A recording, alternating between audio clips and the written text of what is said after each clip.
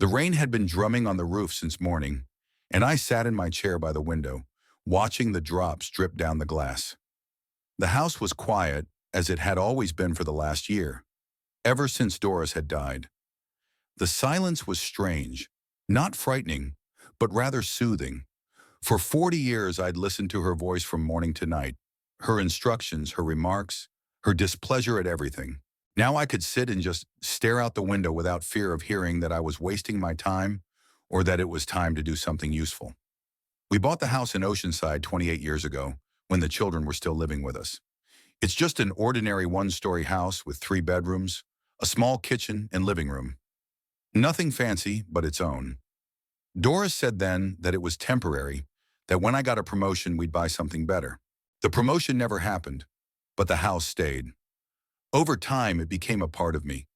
I know every creaky floorboard, every crack in the walls. I remember when and why they appeared. The sound of a car in the yard made me pull away from contemplating the rain. The familiar sound of the engine. Cynthia had arrived in her SUV. I wasn't expecting her today, but my daughter had a habit of showing up unannounced, especially when she wanted to discuss something. And the only thing we'd been able to discuss in recent months was my future, as she called it.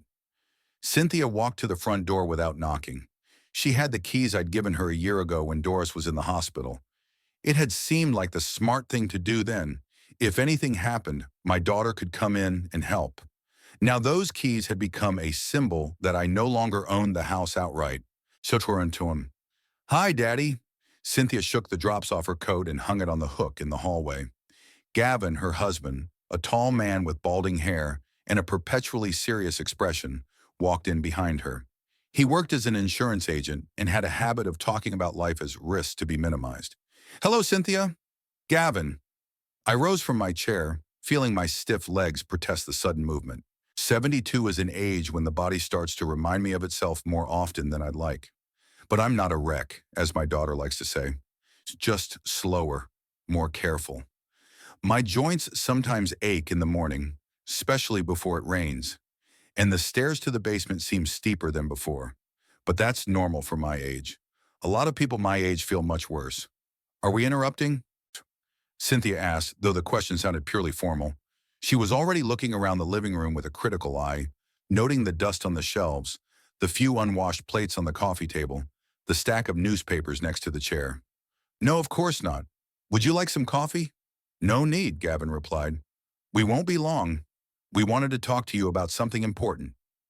I nodded and gestured for them to sit down. Cynthia settled on the couch, adjusting the cushions I'd piled up over the last few days. Gavin remained standing with his hands behind his back. His posture made him look like a teacher preparing to lecture a failing student. "Daddy, we're worried about you," Cynthia began in the tone one usually uses with children. "You live alone in this big house, and it's getting harder and harder to cope. We can see that there's less order than before." I looked at the living room through her eyes. Yes, there is more dust. Washing dishes every day was not necessary when eating alone. Why wash the bed every week when I'm the only one who sleeps in it? But the house was far from neglected, just not as shiny as it had been under Doris, who cleaned with manic zeal. Every day she dusted, every week she scrubbed the floors, every month she washed the curtains. The house sparkled, but you couldn't relax in it. "It's not a big house," I argued, "and I'm doing fine." "Dad," Gavin stepped forward, "let's look at the situation honestly. You're 72 years old. You've recently lost your wife. That's a lot of stress on the body. At your age, people often don't realize they're losing the ability to care for themselves." "I'm not losing any ability," I said, trying to keep my voice steady. Gavin had a talent for presenting his words as medical facts that were silly to argue against. He could explain insurance policies so that people would buy meteor insurance, and now he was applying the same technique to my life. "Of course you don't," Cynthia agreed, "but why make it harder on yourself? This house requires constant upkeep. Utility bills are rising. You have to watch the heating in the winter. What if something happens? If you fall, get hurt? If you forget to turn off the gas or leave a faucet open?" She spoke in a measured tone, as if we were discussing the weather, but I could hear a note in her voice that was familiar from conversations with Doris. The same patient superiority, the same confidence that she knew how I should live my life. Cynthia had always been more like her mother than like me. Even as a child, she liked to boss her little brother around and make the rules in her games. Nothing will happen to me, I replied. And if it does, I'll call an ambulance. I have a cell phone, and the neighbors live nearby. Neighbors? Cynthia raised an eyebrow. Dad, to your left is an old man in his 80s who can barely walk. On your right is a young couple who work all day. Who are you counting on? On myself, I answered. I always have. Dad, we don't want to wait for something to happen, Gavin said. We want to be proactive. I know a great place, Sunny Gardens. It's not a nursing home in the usual sense, but a community for active seniors. It has medical staff, organized meals, lots of activities. He pulled a colorful brochure from an inside pocket of his jacket and handed it to me. On the cover were smiling, gray-haired people playing tennis on well-maintained courts. Inside were pictures of spacious apartments, a library, a swimming pool, a dance hall. Everything looked very attractive and very expensive. How much does it cost? The down payment is $150,000 plus a monthly fee of $4,000, Gavin answered, as if those sums were nothing. But think about how much you're spending to maintain this house. Property taxes, insurance, utilities, repairs. It adds up to about the same amount. I knew those numbers. Cynthia and Gavin had given them many times before. Technically, their calculations were correct, but they didn't take into account one thing. This house was mine.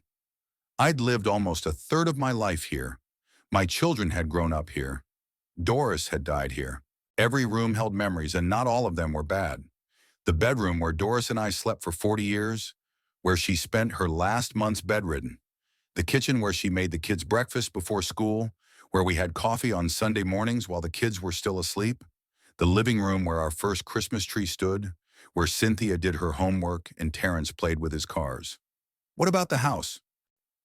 We'll sell it, Cynthia said. The real estate market's pretty good right now. The realtor says we can get $350,000, maybe $400,000. After you cover the moving expenses, you'll have a decent amount left over. Left with me or you? There was an awkward silence. Cynthia exchanged a glance with her husband, and I realized that they had discussed the matter between them. More than once, I'm sure. Perhaps they'd already planned how to spend the money from the sale of the house. Daddy, we're a family, she said finally. The money stays in the family.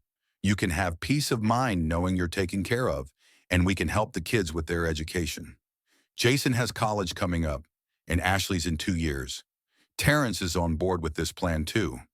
Terrence, my son, lived in Arizona with his wife and 2 children. We talked on the phone once a month, no more often than that. Short, off-duty conversations about health and the weather. The last time he came 2 years ago was for his mother's funeral, stayed 3 days and flew back. I heard about his agreement to sell the house from Cynthia. What if I don't want to sell? Dad, be reasonable, Gavin said. You can't live here forever. Sooner or later, you're going to need help. It's better to make that decision now, while you can control the situation, than to wait until you have no choice. He spoke as if my old age was an inevitable catastrophe to be prepared for in advance, as if at 72 I should have already given up and recognized my helplessness. What if I like living here? I asked. You think you do, Cynthia replied, but it's just habit. You're afraid of change, which is normal at your age. But sometimes change is for the best. At Sunny Gardens, you'll find new friends, new hobbies. There are hobby groups, field trips, even computer courses. I listened to them and felt a familiar sense of helplessness. I felt the same way with Doris when she explained to me why my opinion was wrong and hers was the only right one. They were saying the right words, making logical arguments, caring about my future. But somehow their concern made me feel cold and sad. I need to think about it, I said. Of course, Cynthia agreed, but don't wait too long. Sunny Gardens is selling out fast, and real estate prices may drop in the fall. I talked to the realtor, and he's willing to come by next week and do an appraisal. No one will appraise anything without my consent, I said more firmly than usual. Dad, we just want to know the real value of the house, Gavin explained. It will help us make an informed decision. The appraisal wouldn't obligate us to anything, but I knew how these things worked. First the appraisal, then the persistent offers to sell, then the newspaper ads.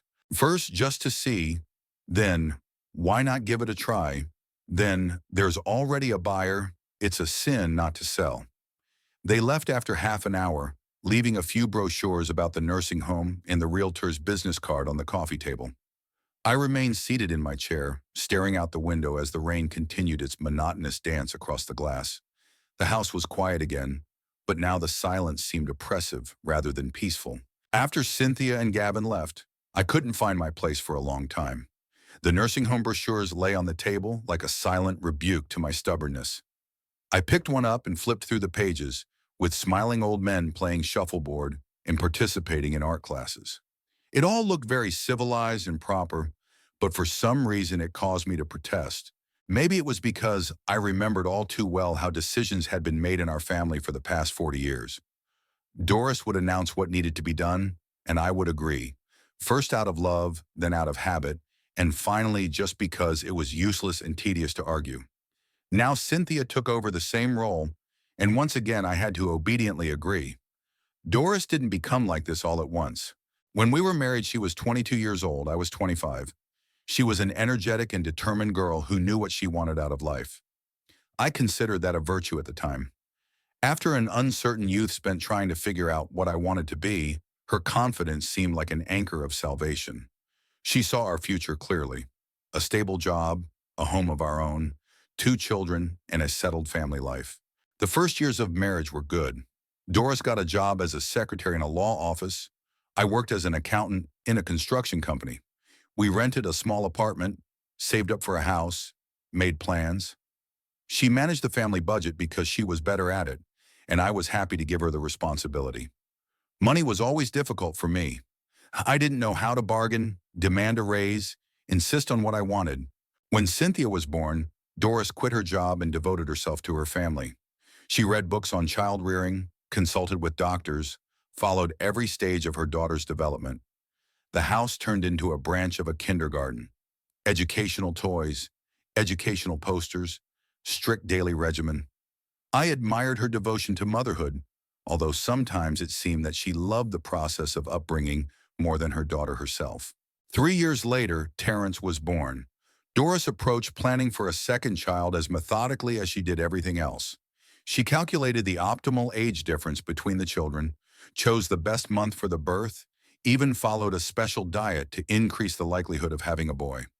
When Terrence did turn out to be a boy, she took it as confirmation that her approach to life was correct. Gradually, year after year, her confidence in her own rightness grew and spread to all areas of our lives.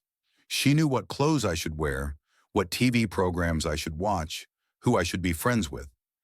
At first it was soft recommendations, then persistent advice, and finally categorical instructions. I did not notice how I gradually lost the right to have a say in my own life. Her character was especially evident in small things. Doris could spend half an hour explaining to me why I put the towels in the closet the wrong way, or make a scene because I put a cup in the wrong place. She controlled how much I spent on lunches, what newspapers I bought, even what time I went to bed. When I tried to object, she patiently explained that I thought wrong, and her system was much better and more logical. The children quickly realized who was in charge of the house. Cynthia learned early to copy her mother's intonations and adopted her manner of speaking. Even at school age, she could reprimand me for making the bed or throwing out the trash at the wrong time. Terrence chose a different path. He simply withdrew from family life, spent time with friends, and at home tried to be as inconspicuous as possible. The public humiliations were especially painful. Doris never missed an opportunity to correct me in front of strangers. She would interrupt my story with, "Ralph, you're mixing it up again," or make a remark about my appearance in front of guests.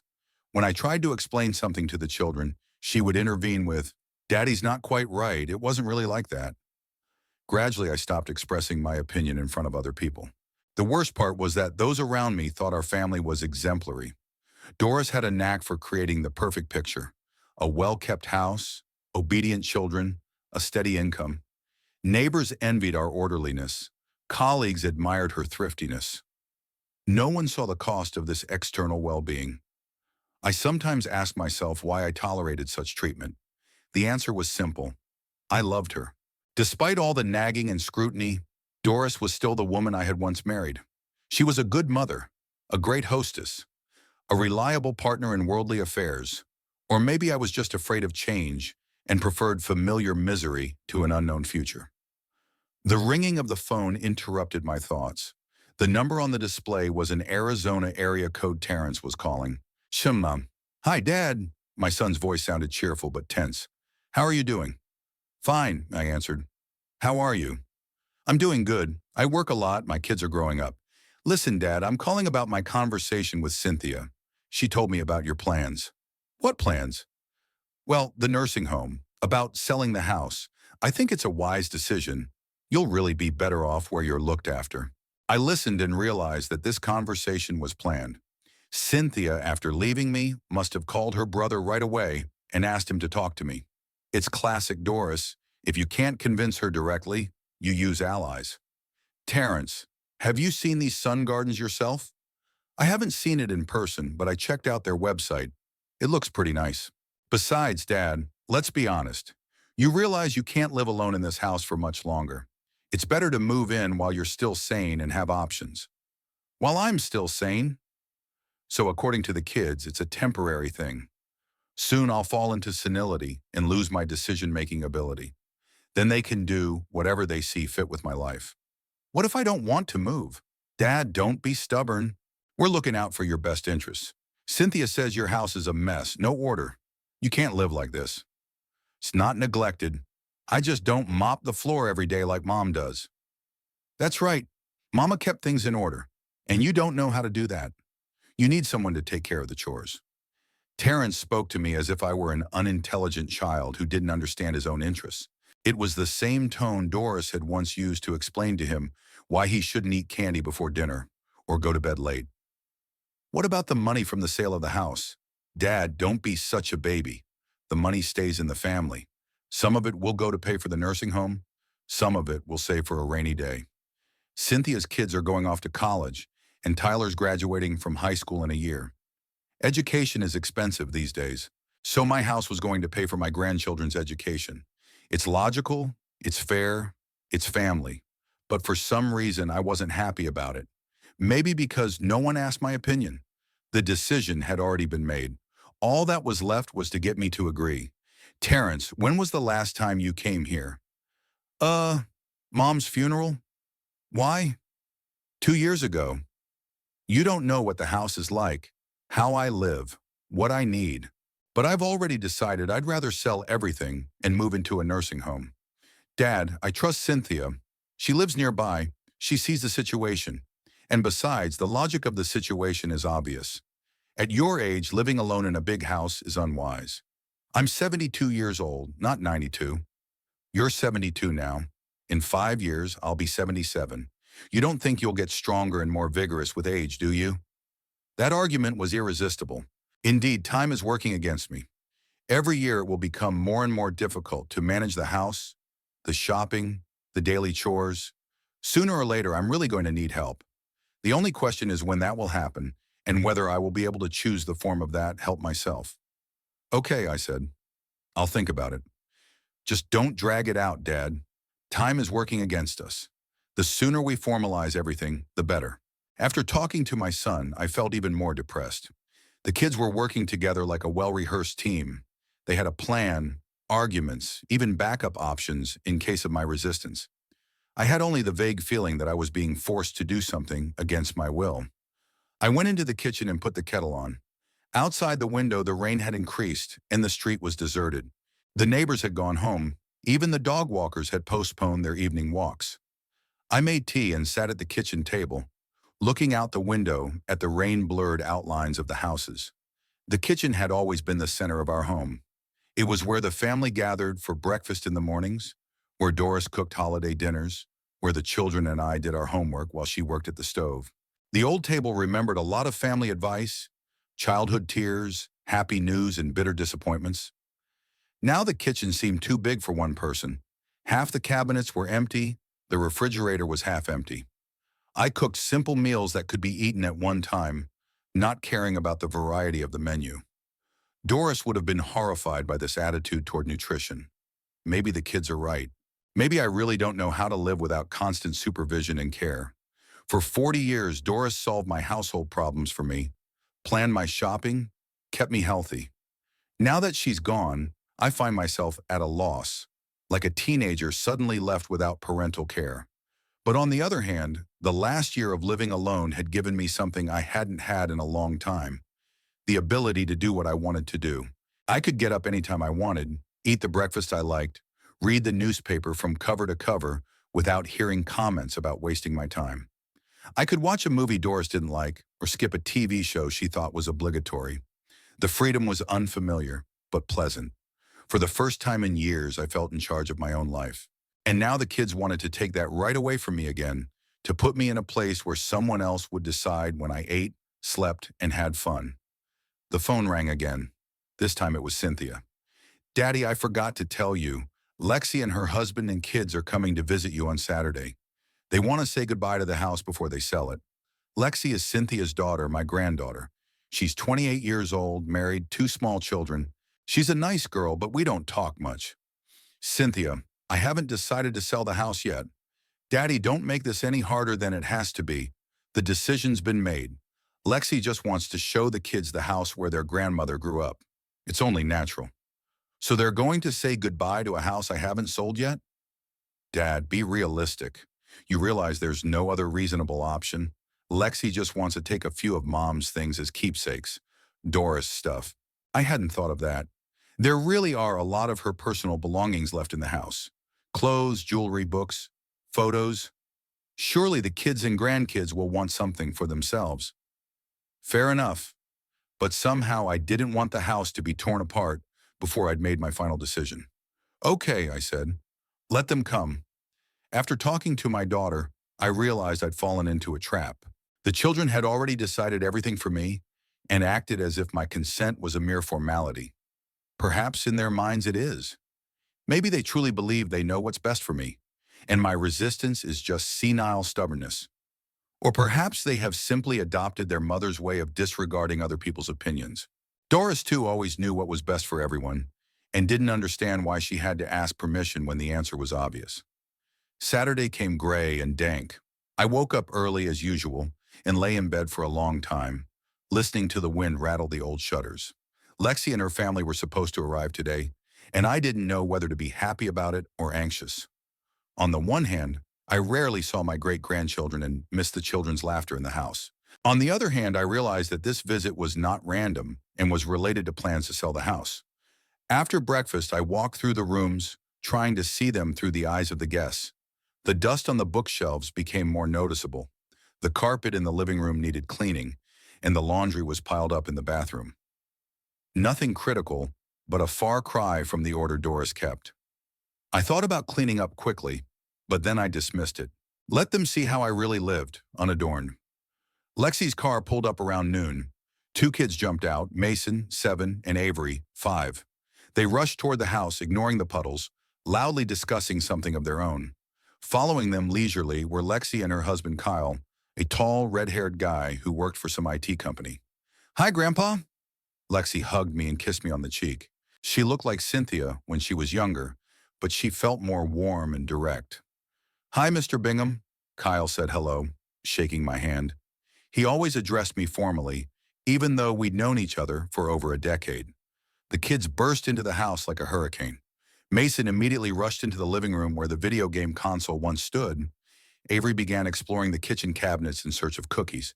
I had forgotten how noisy kids can be and how quickly they fill a space with their presence. "Grandpa, where are all the toys?" Mason asked, looking under the couch. "The toys were put away a long time ago," I answered, "when your mom grew up." "Can I see her old room?" "Sure."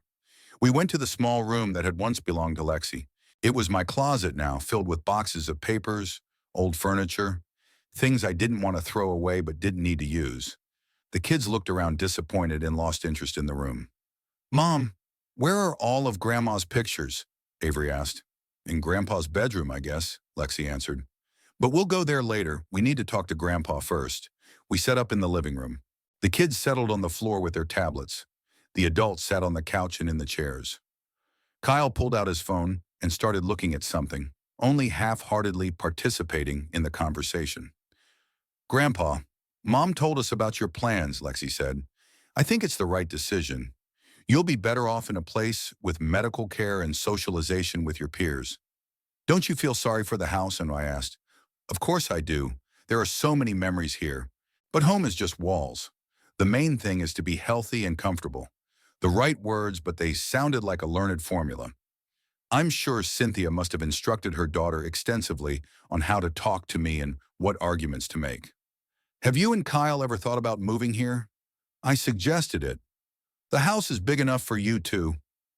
Lexi and Kyle looked at each other. Kyle took his eyes off the phone and focused on the conversation. Grandpa, that's a very generous offer, Lexi said. But we can't accept it. Kyle has a job in the city, the kids have school, friends, and it's too far away from everything here. Plus, Kyle added, the house needs serious repairs. The roof leaks, the plumbing is old, the electricity needs to be completely replaced. That's a lot of expense. I didn't know about the leaky roof. Perhaps it did need repair, and I just wasn't paying attention to the minor signs. Doris always kept an eye on the condition of the house and noticed any problems right away. Mason, don't touch that, Lexi yelled to her son, who was trying to open an antique jewelry box on the dresser. Sorry, Grandpa. Kids, behave yourselves. That's okay, I said. Let them look. No, they should learn to respect other people's things. Mason, Avery, go in the kitchen and wash your hands. We'll be eating soon. The kids reluctantly left. Kyle was staring at his phone again. Lexi looked at me with an expression of sympathy. Grandpa, I understand how hard it is for you to make these decisions. But think about the future. In a nursing home, you won't have to worry about repairs, cleaning, cooking. You'll be able to do the things you like to do. What do I like? Well, I don't know. Reading maybe. Watching TV. Talking to people. Lexi clearly had no idea what I did in my free time. Then again, I wasn't sure I had any particular hobbies myself. 40 years of living on Doris's schedule had weaned me from thinking about my own desires. From the kitchen came the clatter of falling dishes and a baby crying. Lexi jumped up and ran to deal with it. I was left alone with Kyle, who finally put the phone away and looked at me. Mr. Bingham, can I speak directly? Sure. This house is a burden on this family. You can't handle taking care of it, and the kids have to worry about your condition all the time. Selling it would solve all the problems at once. And the money from the sale. It stays in the family. Cynthia and Terrence are your heirs, aren't they? They'll get that money sooner or later. I'd rather it happen now when the money's really needed. Kyle spoke businesslike, like a man accustomed to solving practical problems. For him, the issue was simple. There was an asset that was causing more trouble than good. It made sense to get rid of it and invest more wisely. But what if I don't want to sell it? Then I'll have to hire a caregiver. But this is very expensive, and the result is not guaranteed. It's better to move to a specialized place right away. Lexi came back from the kitchen leading a crying Avery by the hand. She broke your cup, Grandpa. I'm sorry, please. It's okay, I said. It was just a regular cup. But it's still a nuisance. Avery, apologize to Grandpa. I'm sorry, Grandpa, the girl sobbed. I put my arms around her and felt the tension fade away. A kid is a kid, and broken dishes aren't a tragedy. But Lexi looked upset, as if the incident had confirmed her worst fears about the state of the house. By 3 o'clock, Cynthia and Gavin arrived. More relatives pulled up. Lexi's cousin Jason and his girlfriend, Doris's neighbor Mrs. Patricia, who was considered almost a member of the family. The house filled with voices, laughter, and the sound of furniture being moved. I watched this animation from the sidelines, feeling strangely detached. People walked through my house like a museum, commenting on the surroundings, sharing memories, but no one approached me for confirmation of details or explanations. It was as if I was an exhibit, not the owner of the house. Ralph, do you remember Doris baking her famous apple pie? Mrs. Patricia asked. She always said the secret was the right dough. I remember, I answered. Is the recipe written down somewhere? It would be wonderful to keep it for the family. Probably somewhere in the kitchen drawers. I'll look for it, said Cynthia. In fact, we should sort through all of Mom's recipes and personal things. She spoke as if the matter were urgent. as if Doris had died yesterday, not a year ago, and her things needed to be distributed among the relatives. Mason and Avery ran around the house, exploring rooms and asking endless questions. They had found an old box of Christmas tree toys in the closet and were now scrutinizing each one, demanding explanations of where it came from and how old it was. "Grandpa, is this star real?" Mason asked, showing the top of the Christmas tree. "It's real. It's over 30 years old." "Wow, can I have it?" "Mason, don't ask Grandpa for things like that," Lexi told him. "It's not a kid's toy." "Why not?" I asked. "Let him have it if he likes it." "Grandpa, you're too kind to them," Cynthia said. "Children should learn to appreciate other people's property." Other people's property? It turned out that in my own house I had no right to dispose of a Christmas tree. Cynthia made sure the kids didn't take anything without her permission, as if I were a stranger rather than a grandfather. By late afternoon, it was clear that the family visit was dragging on. Cynthia offered to order pizza for everyone, and soon the house turned into a restaurant-like setting. People ate, talked, shared news. Children were playing games in the hallway. The noise was so loud that they had to speak in high-pitched tones. "Shiram. Ralph, do you remember when Doris and I went to the Grand Canyon?" Mrs. Patricia asked. "What a wonderful trip that was." "Yes, I do. Actually, it was a nightmare. Doris complained about the heat the whole way, criticized my driving, and demanded that I stop in the worst places. But Mrs. Patricia only remembered the good things, so I didn't want to shatter her illusions." "Where are the pictures from that trip?" Lexi asked. In the album in the bedroom." "Will you show them later?" "I want to see my mom young. Everyone wanted to see something. Take something as a memento, refine something. My house has become an archive of family history, and I, in its keeper, obliged to provide access to all exhibits." After dinner, the conversation inevitably returned to the plans for the sale.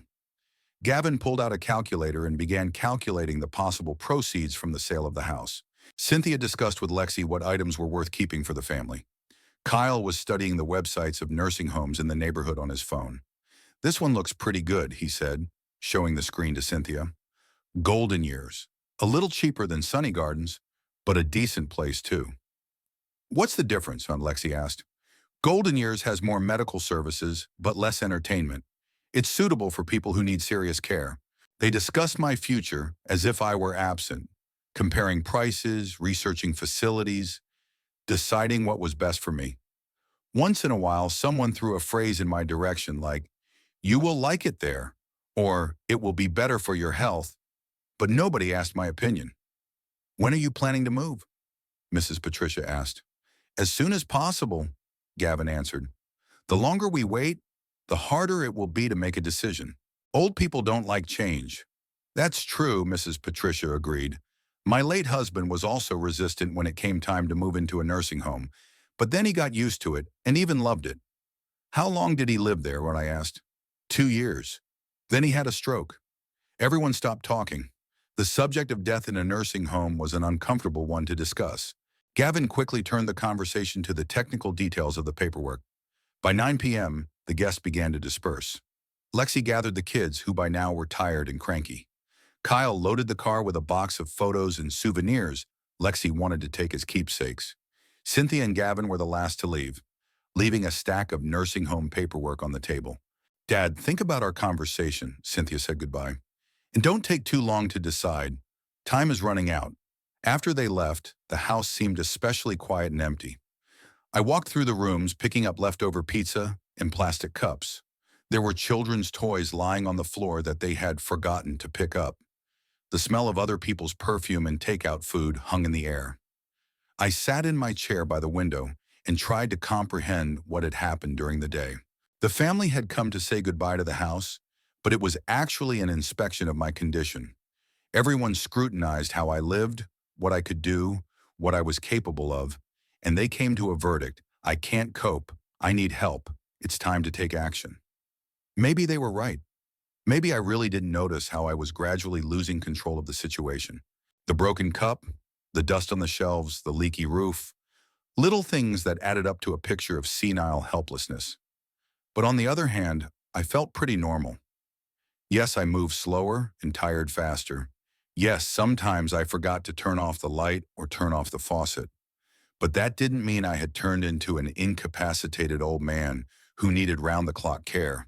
The problem was that the kids didn't see me as a person, but as a problem to be solved.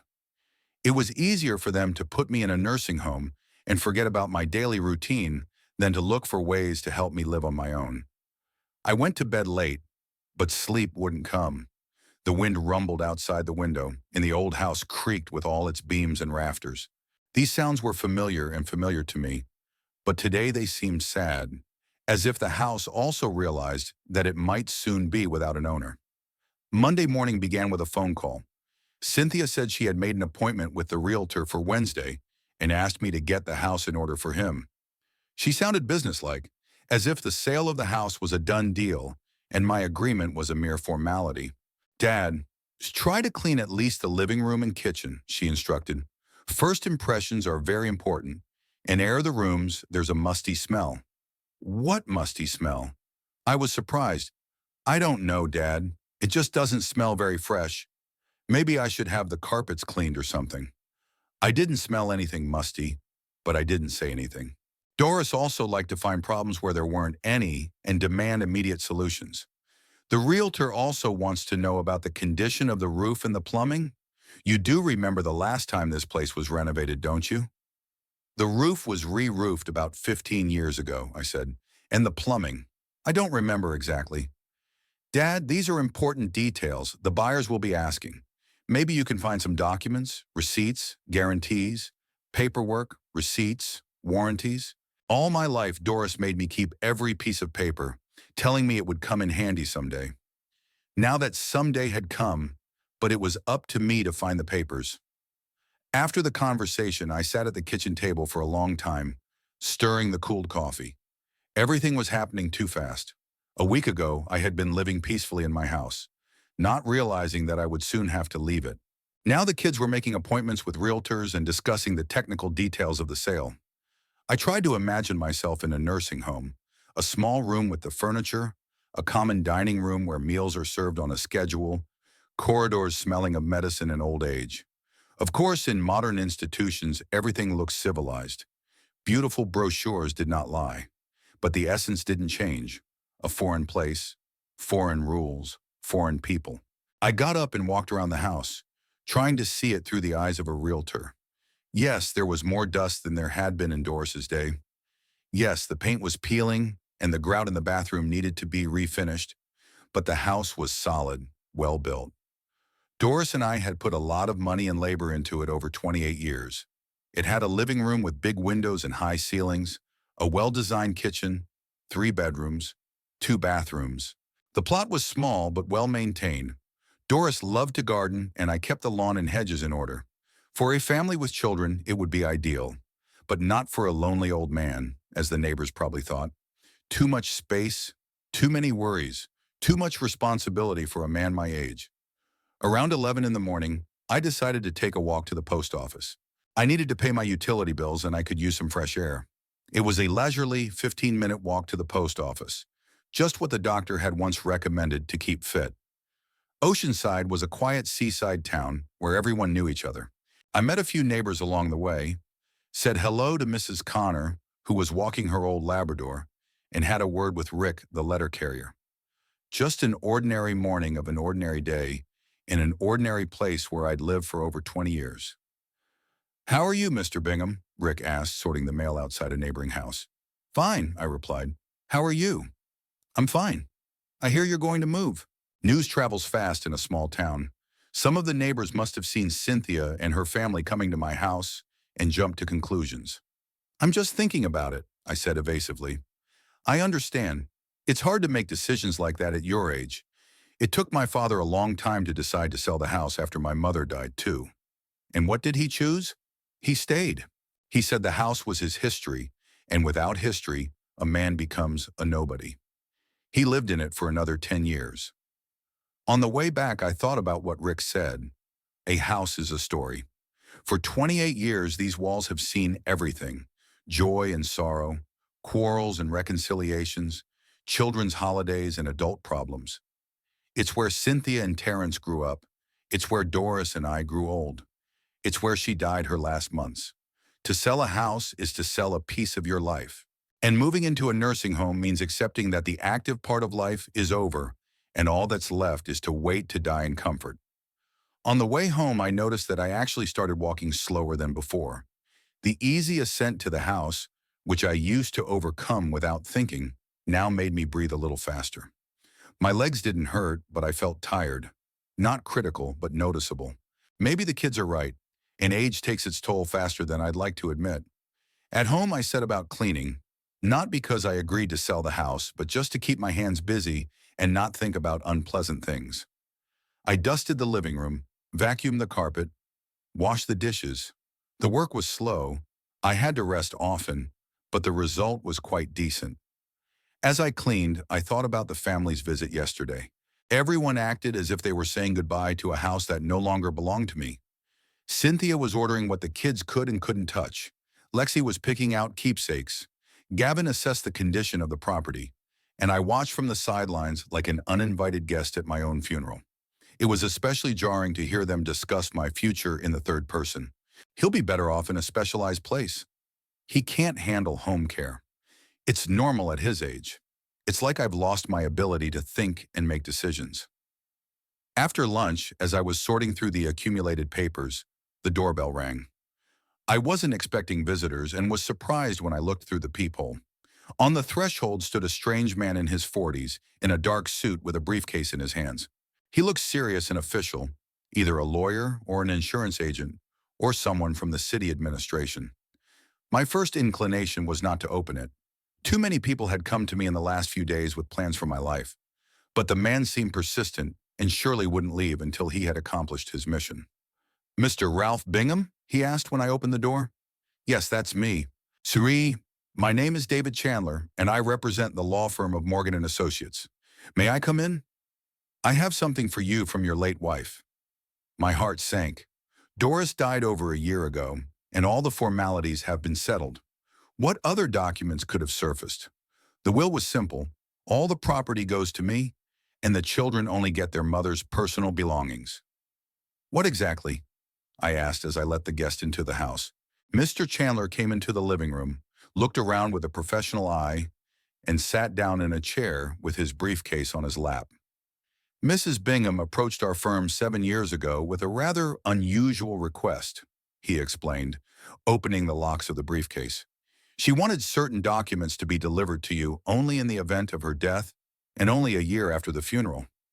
"Why go to all that trouble?" "She said you had to live a year without her to understand certain things. To quote her, 'Ralph is too kind. He won't realize the truth while I'm alive.'" It sounded very Doris-like, mysterious and commanding at the same time. Even in death, she was still in control of the situation, choosing when and how to communicate information. But what could the woman I'd lived with for 40 years be hiding from me? Mr. Chandler pulled from his briefcase a large envelope sealed with red sealing wax. My name was written on it in Doris's familiar handwriting, neat, with distinctive curls in the capital letters. "She had prepaid for our services and left detailed instructions," the lawyer continued. "We had to find you and deliver it to you personally. Your signature of receipt is required." He handed me the form, and I signed it automatically, still not believing what was happening. The envelope was heavy, as if it contained something more substantial than just papers. "What's inside?" I asked. "I don't know," replied Mr. Chandler, putting the signed document into his briefcase. "Mrs. Bingham was a very secretive client. She only said that it concerned your future and that you would know what to do when you read the contents. She didn't leave any other instructions. Only one. She said to tell you that she didn't mean to hurt you, but some things can only be understood in hindsight." Mr. Chandler left as quickly as he came.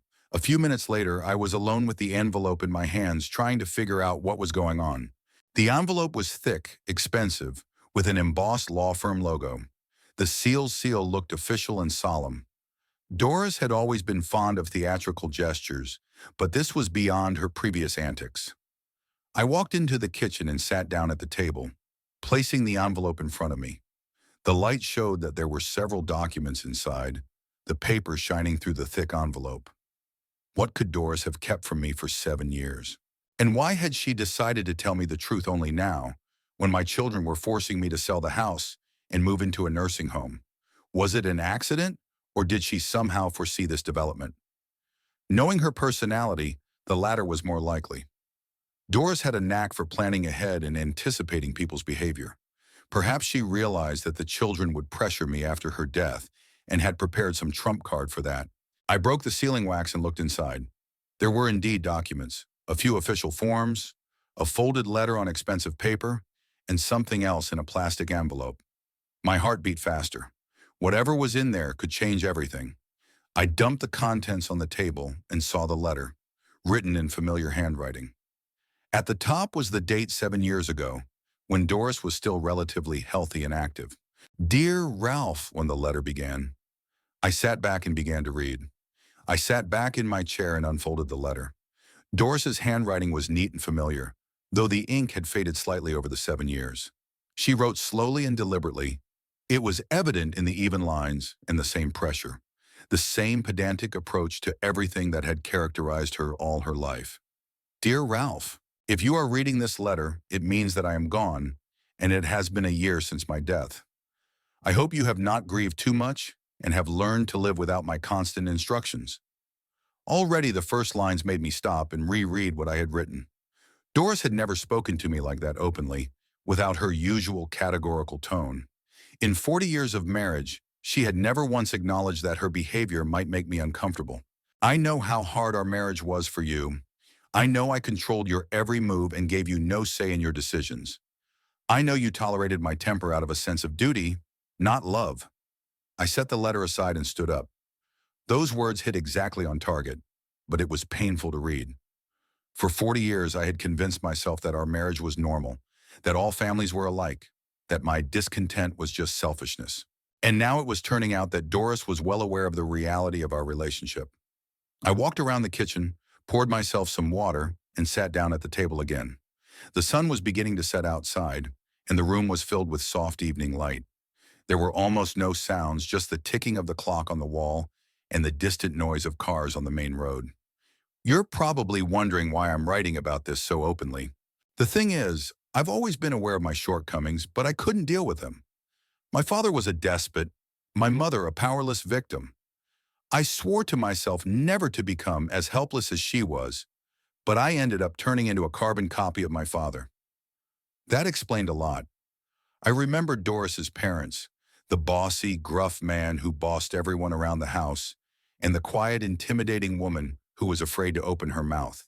Doris always said she didn't want to be like her mother, but I didn't realize how deeply that desire shaped her behavior. 40 years ago when we married, I was terrified of responsibility and uncertainty. I felt like if I didn't have control over everything, our life would fall apart. Over time, control became a habit, and habit became second nature. I saw you suffering, but I didn't know how to stop. Every time I tried to be softer, I felt like I was losing control. And then it was too late to change things. The kids grew up with the understanding that mom was calling the shots and dad was obeying. Here she was right completely. Cynthia and Terrence had indeed internalized the family pattern of behavior and were now reproducing it in their relationship with me. They truly believed they had the right to make decisions for their father because they had seen their mother make decisions for everyone all their lives. I kept reading, and with each paragraph, my understanding of the past changed. It turns out Doris was tormented as much as I was, but her torment was of a different kind. She saw the problem, understood its source, but couldn't overcome her fear of losing control. Cynthia and Terrence have adopted my mannerisms. They genuinely think they know best how to live their lives and don't understand why other people resist their care. It's my fault. I raised them that way. Now that I'm gone, they're probably trying to run your life. They want to sell your house, put you in a nursing home, dispose of your assets. They do it with the best of intentions, but the result is the same. Your opinion doesn't count. The accuracy of the prediction was astounding. It was as if Doris had seen the future and was describing exactly what was happening now. Perhaps she simply knew the children's characters and the logic of their behavior. Or perhaps this scenario was so obvious that it was not difficult to predict it. Ralph, I want you to have a choice. I want you to be able to live your life the way you see fit, not the way the children decide. The next paragraph made me stop reading and scrutinize the other papers on the table. Among them lay a plastic envelope with a bank card and some official forms. In the enclosed documents, you will find the details of a bank account I opened in your name 10 years ago. Every month I've been transferring some of the money from our family budget into it, a little at a time, so you wouldn't notice. Saving for groceries, for clothes, for entertainment, saving for your independence. I took the bank documents with trembling hands. The account had indeed been opened in my name 10 years ago. The statement showed regular receipts of small amounts, $50 to $200 each month. The amounts varied, but the consistency was remarkable. How did Doris manage to keep such spending from me? She always showed me receipts from stores, accounted for every purchase, demanded my approval even for small expenses. Now it turned out that she was also running a secret financial operation. The last balance in the account was $285,000, a huge sum that completely changed my situation. With that kind of money, I could afford almost any lifestyle. There are $285,000 in the account right now. That's enough for you to live the rest of your life the way you want. You can stay in the house and hire an assistant. You can travel. You can do the things you've been dreaming about but haven't dared to do. I tried to remember my dreams. In the years I'd lived with Doris, I'd gotten used to thinking about what I wanted. She planned everything. She decided everything. And all I had to do was follow instructions. Now that I had complete freedom of choice, I was confused. What had I dreamed of when I was young? Did I want to travel, take up a hobby, live somewhere else? It seemed these desires were buried so deep it was hard to dig them out. The main thing is, don't let your kids make decisions for you. They've grown up believing that their opinion is more important than yours. Prove to them that it isn't. The letter continued, and each line revealed new facets of Doris's personality. It appeared that she not only understood our family's problems, but was thinking of ways to solve them. I know you're wondering where I got the money from. It's all honest, from our joint budget. You've always been generous and didn't count pennies, so you didn't notice when I bought cheaper groceries or put off buying new clothes. Now I understood why Doris sometimes refused to make purchases she could afford, why she chose cheaper groceries at the store, why she wore old clothes longer than necessary. I thought she was just frugal by nature, but in reality she was saving money for my future. Remember when I turned down a trip to Europe 15 years ago? Said it was too expensive and I'd rather spend the money on a kitchen remodel? I actually wanted to go as much as you did, but decided that the money would do more good in your account. I remembered that trip. We'd been planning to visit Italy and France for a long time, researching itineraries, booking hotels. Then Doris suddenly announced that she had changed her mind, that the trip was a waste of money. I was upset, but I didn't insist. It now appeared that she was sacrificing her desires for mine. You deserve that money, Ralph. 40 years you put up with my temper without complaining or rebuking. 40 years of doing what I thought was right, sacrificing my own desires. Now it's time to live for yourself. Those words warmed and hurt at the same time. On the one hand, it was nice to know that Doris appreciated my sacrifices and patience. On the other, it was painful to realize that 40 years of my life had indeed been spent in constant compromise and concession. I stood up and walked to the window. It was already dark outside. The streetlights illuminated the empty road. The lights were on in the neighboring houses. Families were having dinner and watching TV. An ordinary evening of an ordinary day in an ordinary town. But for me, this day was a turning point. Don't feel guilty about not being able to stand up to me in my lifetime. I was stronger in character and used that advantage not always fairly. But I loved you in my own way, even if I didn't know how to show it. The last lines of the letter were the most touching.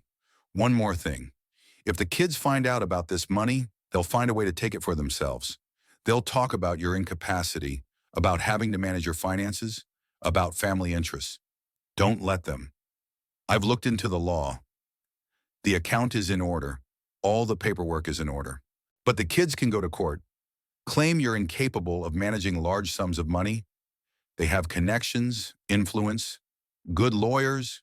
Be careful. Live, Ralph. Finally live the life you want to live. With love and remorse, Doris. P.S. There's another box in the bedroom closet behind my winter dresses. There are pictures and letters you wrote to me when you were young. I've kept them all. Maybe they'll remind you of what you were like before I broke you. I finished reading and sat in silence for a long time, unable to believe what was happening. The letter had overturned my entire understanding of our marriage, our family, myself. It turned out that Doris saw and understood much more than she showed me. She knew about my suffering, about the wrongness of my behavior, about how it was affecting my children. And yet she thought about my future. 10 years of saving money, denying herself pleasures and purchases, planned for my independence after her death, even anticipated the children's behavior, and warned me of possible problems. Why didn't she tell me this when she was alive? Why didn't she try to change family relationships while she had the chance? Maybe she was ashamed of her behavior. Or maybe she really couldn't change and chose the only way available to her to redeem herself. The bank card lay on the table, a small piece of plastic that signified complete independence. With that kind of money, I could live wherever and however I wanted. I could travel, I could pursue hobbies, I could just enjoy the peace. Or I could stay in my house and finally tell my kids what I really thought. I picked up the bank statement and went over the numbers one more time. $285,000, an amount I wouldn't have earned in 10 years in my humble position. Doris had saved that money penny by penny, dollar by dollar, denying herself little things for the sake of my future freedom. One of the documents had the bank's stamp and the manager's signature. Everything was legal, no irregularities. The account really belonged to me, and I could use the money as I pleased, but Doris warned of the danger. If the kids found out about the account, they'd try to prove I was incompetent and get the right to handle the finances. They did have connections in town. Gavin had worked with many lawyers and Terrence had business experience. I imagined their reaction to the news of the money. First surprise, then outrage that my mother was hiding such sums from the family, and then concern for my well-being and offers to help with money management. They'll find 1,000 arguments why I can't manage the money myself. They'll tell me that at my age, it's easy to fall victim to scams, that I should invest my capital wisely and not spend it on immediate desires, that a family should work together to solve such important issues. Or maybe they genuinely cared about my well-being and I unfairly suspect them of self-serving motives? Could it be that their pressure to sell the house was really motivated by love rather than a desire to get the inheritance early? But Doris's letter put things in a different perspective. The children had adopted her way of disregarding other people's opinions. They genuinely believed they knew how I should live my life and didn't understand why I resisted their concern. The only difference was that now I had a choice. I could go along with their plans and live out my life in a nursing home, or I could take Doris's gift and build a whole new life. A car honked outside and I saw the familiar headlights. Cynthia had come to check on preparations for the realtor's visit. I quickly folded the papers back into the envelope and hid it in the kitchen cabinet behind the canning jars. I needed time to think and make a decision. In the meantime, the kids were not to find out anything. In the morning, I woke up with a feeling that everything had changed. The sun was shining outside the window, the birds were singing in the garden, but the world seemed different, full of possibilities that had not existed yesterday. The envelope with the documents was in the kitchen cupboard, and I checked several times to see if I was dreaming. After breakfast, I pulled out my bank card and examined it closely. A plain piece of plastic with a magnetic strip, my name printed in gold letters and an account number. Nothing special in appearance, but behind those numbers was a freedom I could only dream of. The first thing to do was to make sure the documents were real.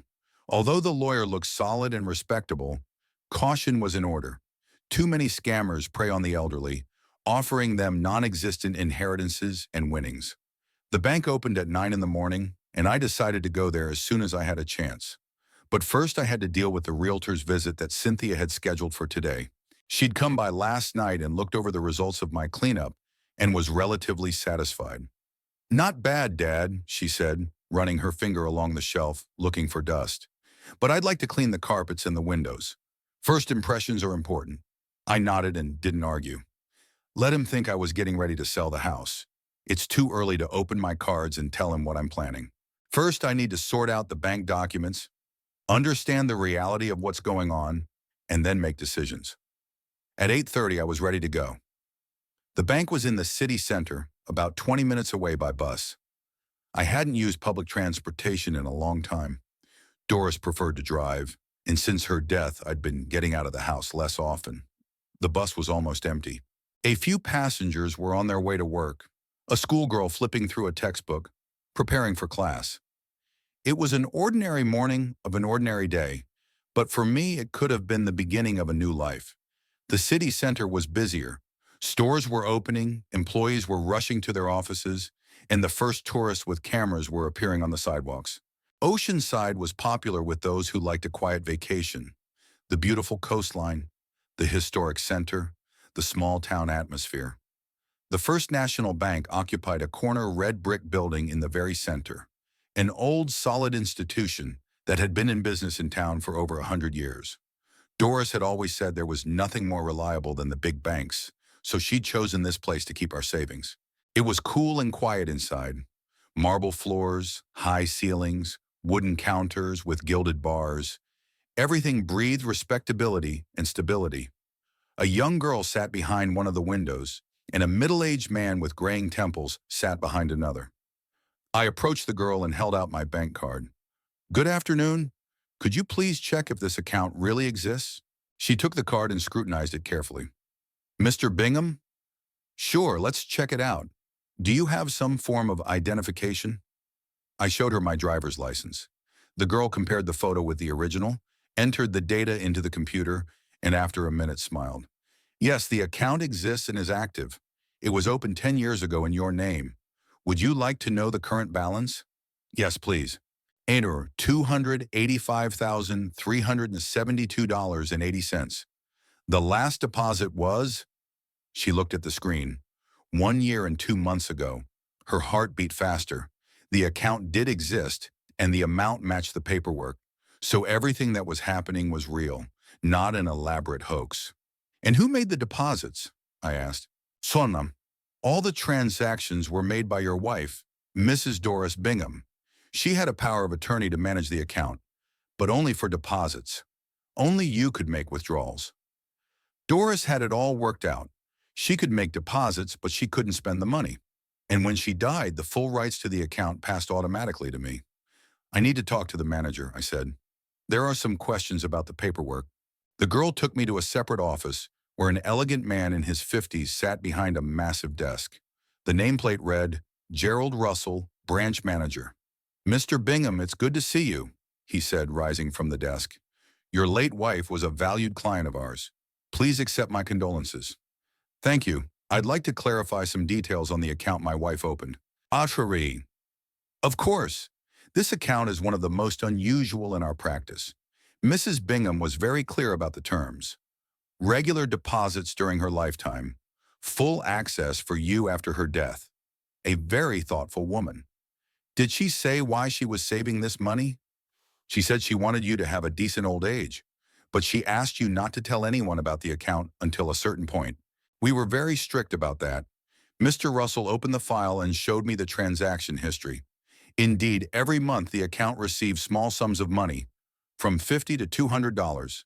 No large investments, just constant, methodical accumulation. "How securely is this money stored?"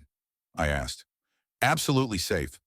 The account is insured by the state, the bank has the highest reliability ratings, and the amount you have accumulated allows you to count on personalized service and special conditions." "What conditions?" "Priority service, consultations with a financial advisor, preferential rates for banking services. We can also help with investing some of the funds to generate additional income." Mr. Russell pulled out colorful brochures with offers for wealthy clients. Interest-bearing deposits, investment programs, money management services. Everything looked solid and attractive. "I need to think about it," I said. "In the meantime, I'd like to get a new bank card for cash withdrawals." "Sure. The old card didn't activate, so we're issuing a new one with more features. It'll be ready tomorrow, so you can pick it up anytime you want." As I left the bank, I felt strangely dizzy. What was happening still seemed unreal. Yesterday, I was a pensioner with limited means, who was forced by his children to sell his house. And today I was the owner of capital that would ensure complete independence for the rest of my life. I walked down the main street looking in the store windows. The usual goods, clothes, shoes, souvenirs, books. But now I could buy anything without considering the price or asking permission from the children. In the bookstore, I saw travel guides to different countries: Italy, France, Spain, places Doris and I had planned to visit but never went. Now I could go there alone, see everything I wanted to see, stay in nice hotels, taste the local cuisine, or I could stay home and organize my life to my liking.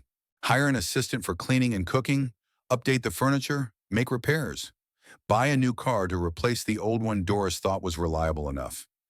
Take up a hobby she hadn't had time or money for before. The possibilities were many, and it was both exhilarating and frightening. For 40 years, I had been living on someone else's schedule, fulfilling someone else's plans, obeying someone else's decisions. Now I had to learn to make my own decisions. On the way back, I stopped at a cafe and ordered a coffee and cake, a small luxury that Doris considered excessive. "Why pay triple the price for something you can eat at home?" she used to say as we passed cafes and restaurants. The coffee was excellent, the pastry fresh and delicious.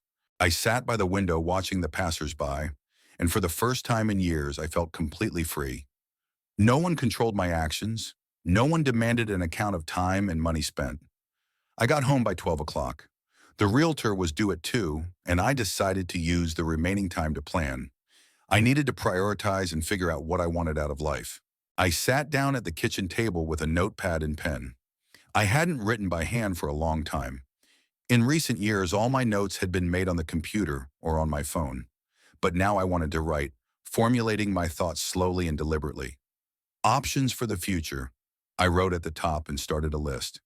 First option: stay in the house, hire an assistant, live quietly and independently. Pros: familiar place, memories, established household. Minuses: the pressure of children, the need to prove his ability.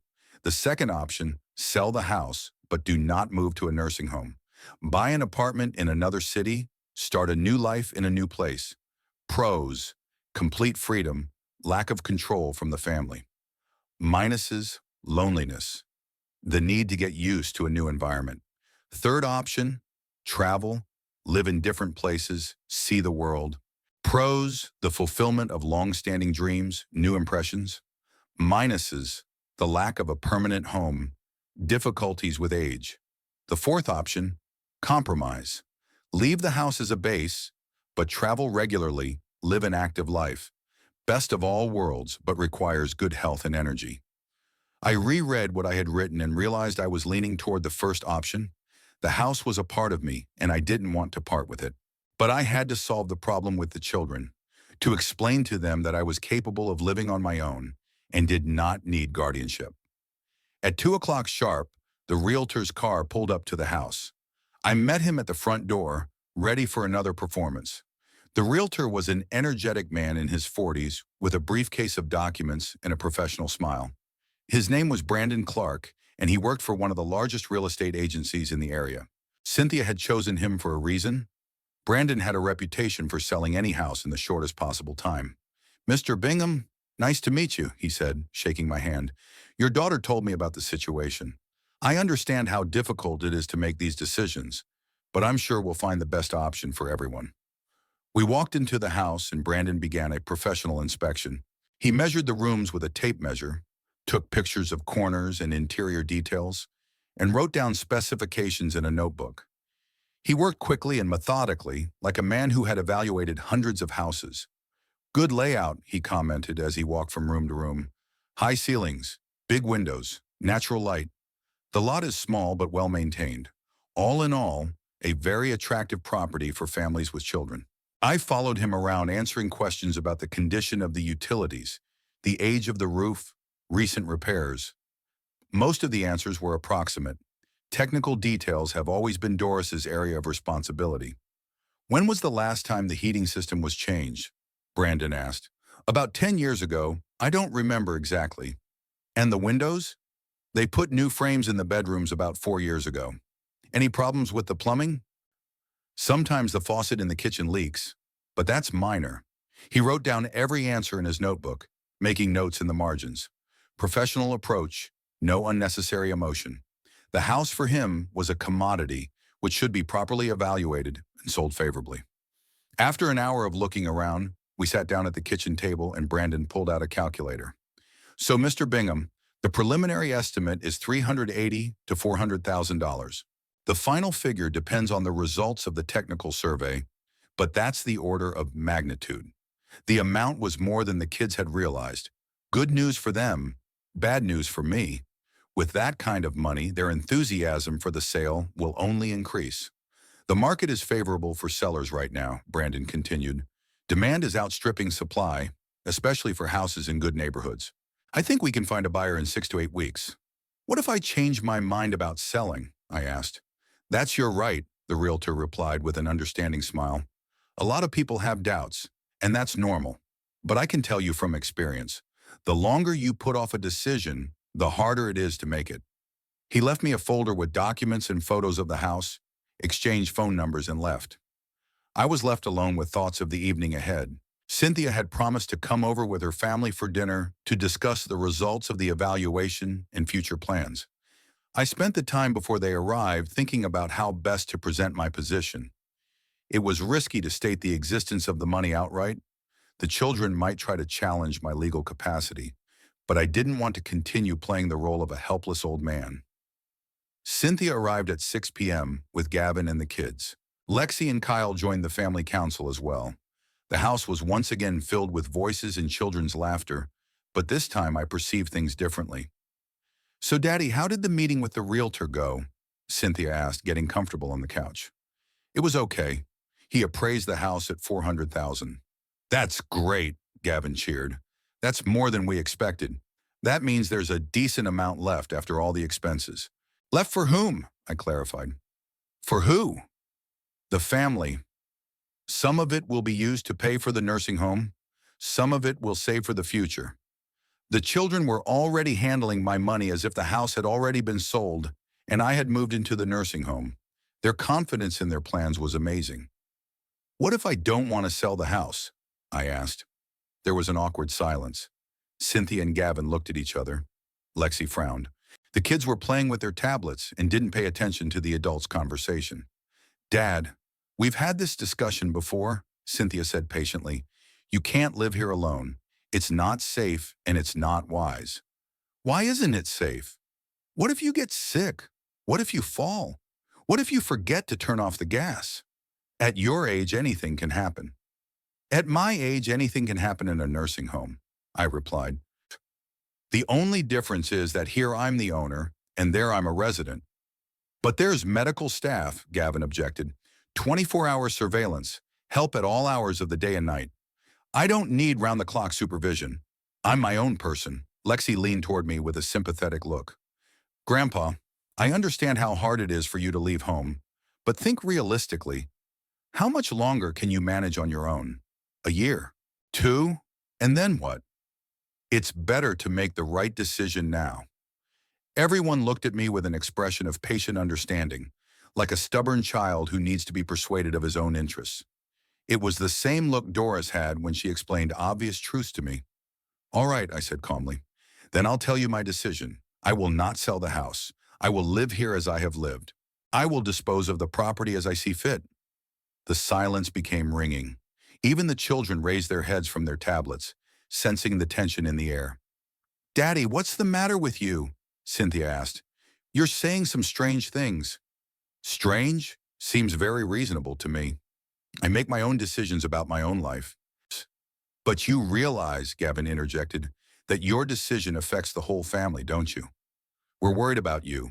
We want to help you. You want to help? Fine. Don't stop me from living my life as I see fit. How are you going to handle it? Lexi asked. What are you going to live on? Who's going to take care of the house? Those are my problems, and I'll solve them. Kyle put the phone away and actively engaged in the conversation for the first time. Mr. Bingham, let's be realistic. At your age, making decisions like this, well, let's just say it's not always wise. Maybe you should consult a doctor. What kind of doctor? A gerontologist or a psychiatrist. See if there are any age-related changes in the brain. The implication was clear. If I didn't agree to their plans voluntarily, they'd try to prove my incapacity in court. That was exactly what Doris had warned me about in her letter. I see, I said. So a person who doesn't want to live according to your plans is automatically considered mentally ill? Grandpa, no one is talking about sick, Lexi said conciliatingly. I just want to make sure you're making informed decisions. My decisions are more informed than you think, and they're based on information you don't have. What information? Cynthia was wary. I knew I was teetering on the edge. One more careless word and I'd have to reveal my cards completely, but it was too late to back out. On the understanding that I have a choice, I said, and the rights you're trying to take away from me.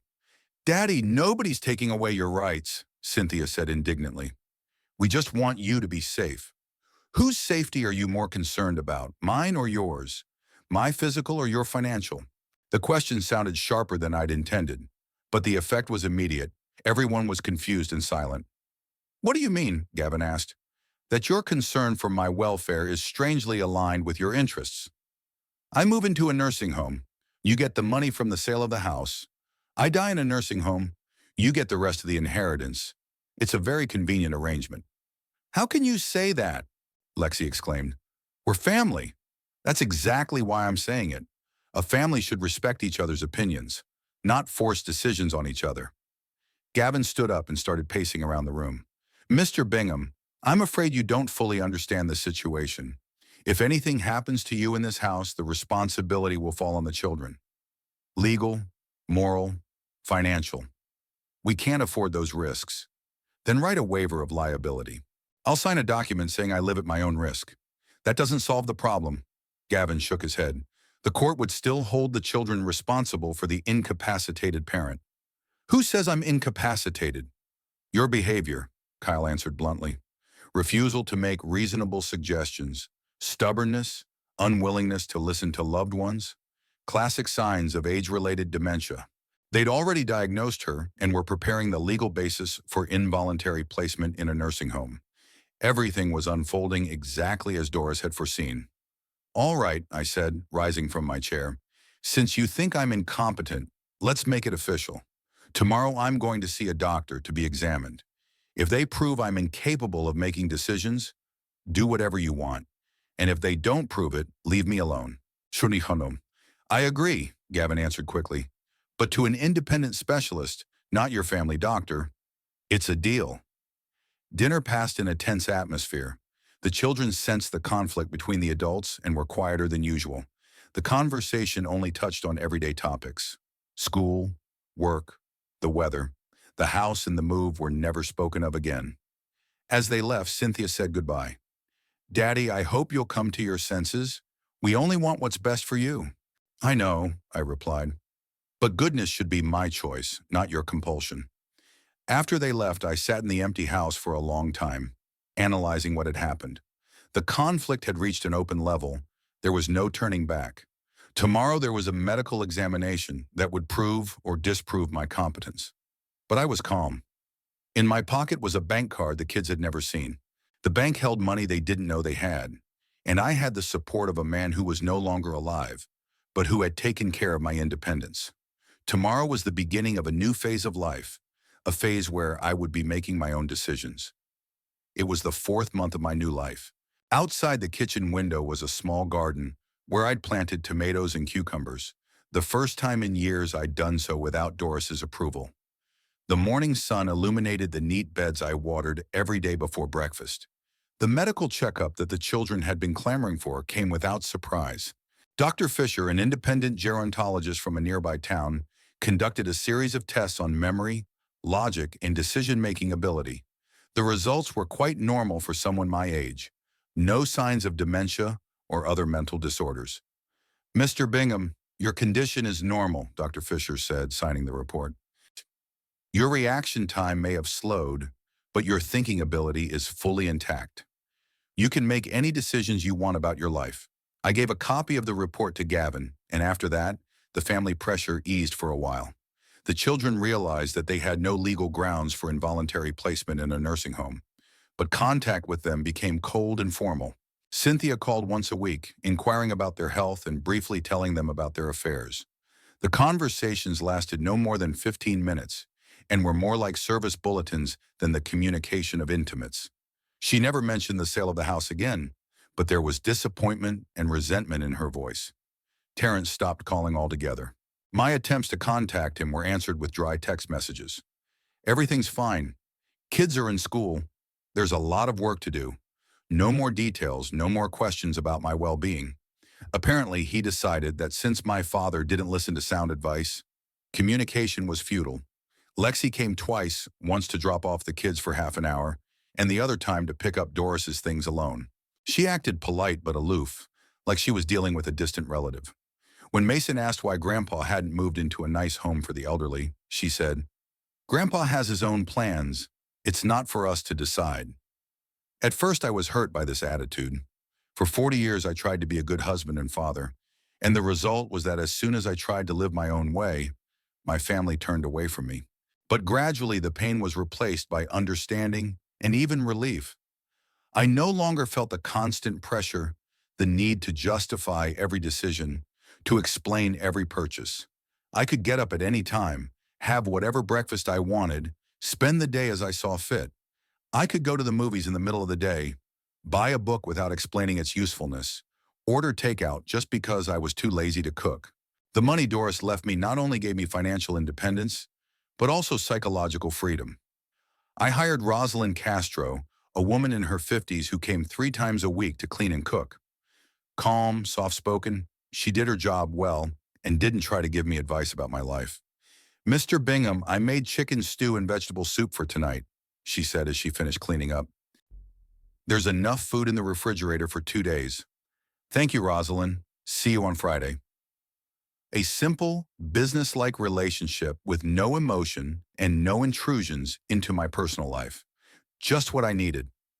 I started attending a local chess club that met on Wednesdays at the library. Doris had always thought chess was a waste of time, but I had loved the game since I was a child. Men of all ages played in the club, from school children to retired men, and the atmosphere was friendly and relaxed. "Nice move, Ralph," said Walter Griffin, my usual partner, a retired man in his 70s. "But I'll still beat you." "We'll see," I replied, thinking about my next move. Walter was an engineer, widowed 5 years ago, living alone in a small apartment. We quickly found a common language, and after games sometimes went to a cafe for coffee and talk about life. "Does your family mind your new hobbies?" he asked me once. "The family's not interested in anything lately," I answered. "I understand. I have a similar situation. My kids think they know how I should live my life, and when I disagree with them, they get offended." It turns out that my problem was not unique. Many seniors have experienced adult children trying to control their lives with the best of intentions, but without regard for their own desires. In June, I decided to do something that seemed impossible while living with Doris. I bought a ticket for a Caribbean cruise, a 2-week trip on a comfortable liner with stops at some of the most beautiful places in the region. "Succanum, Mr. Bingham, this is a great choice," said the girl at the travel agency.